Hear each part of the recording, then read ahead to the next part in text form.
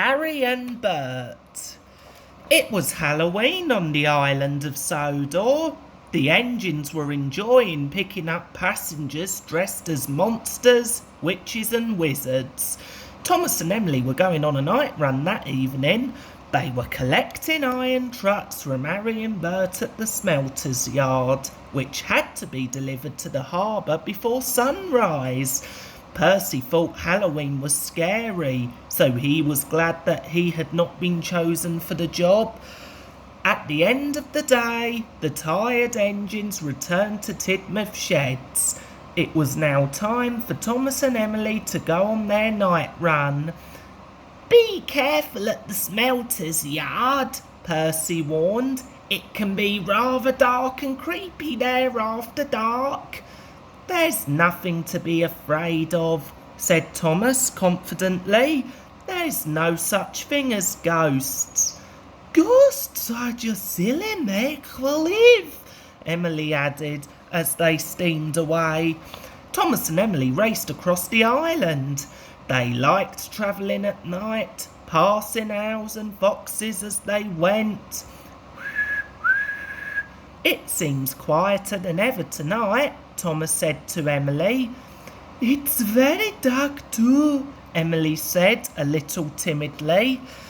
By the time they reached the smelter's yard, Emily felt a little nervous. She looked for Arry and Bert, but couldn't see them anywhere. She thought they must be in the smelter shed, or so she made her way towards it with Thomas following behind. "There's no need to worry," Thomas said as he and Emily moved through the dark yard. But then they heard a huge crash. "What was that?" Emily shouted fearfully. "The wind must have knocked something over," Thomas replied, but he didn't believe that was true. His pistons rattled as he trembled. He didn't feel so brave anymore. Hiding in the shadows, Arry and Bert smiled. Bert pushed an oil drum, causing it to crash to the ground. Thomas and Emily jumped as they heard it, and as they passed the hiding diesels, Arry and Bert moaned and groaned like scary ghosts. "Cinders and ashes," Thomas said in surprise. "This place is haunted," cried Emily as she rushed towards the shed. She wanted to fetch the trucks and leave the scary place as soon as possible.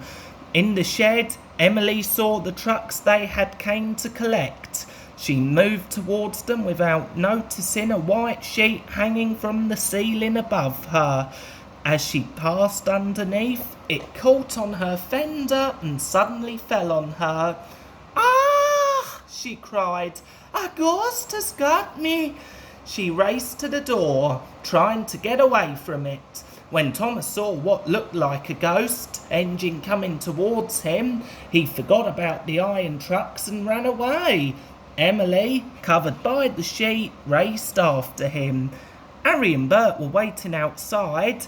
They were looking forward to laughing at Thomas and Emily for being such scaredy engines. But when they saw Thomas being chased by a ghost engine, they were scared too. "Oh no, there really is a ghost," cried Arry. "Let's get out of here," shouted Bert, and they turned and fled. Arry, Bert and Thomas raced across the island, followed by the ghost engine. As they neared Tidmouth Sheds, Thomas frantically whistled to wake the other engines. Yawning loudly, Percy said, "Whatever is the matter, Thomas?" "There's a ghost engine after us," cried Thomas. "Look, here it comes." Everyone gasped when they saw it approaching. They couldn't believe their eyes. But as the ghost went under a signal, the corner of the sheet caught on it, and as Emily rushed forward, the sheet fell to the ground behind her. "It looks like Emily is your ghost," giggled Percy, as the other engines all laughed. Arry, Bert and Thomas felt very foolish. Emily was just relieved that there was no ghost after all. The Fat Controller came to the shed to find out what was happening. Thomas told him about the spooky noises that had made him and Emily think the smelter's yard was haunted. So when the ghost sheet fell on me, I thought it was really a ghost, Emily said with a smile.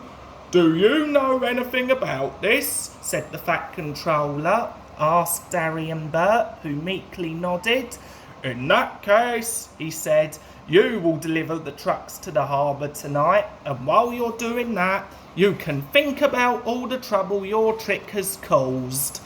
Arry and Bert apologised to the Fat Controller and set off to the smelter's yard to fetch the trucks. As they disappeared into the distance, the steam engines had heard them arguing about whose idea it had been. now we've established that there are no ghosts, we can all go back to sleep, the Fat Controller said to the other engines. The engines were relieved that there were no ghosts, but they all agreed it would be a long time before they forgot the sight of Emily the Ghost Engine.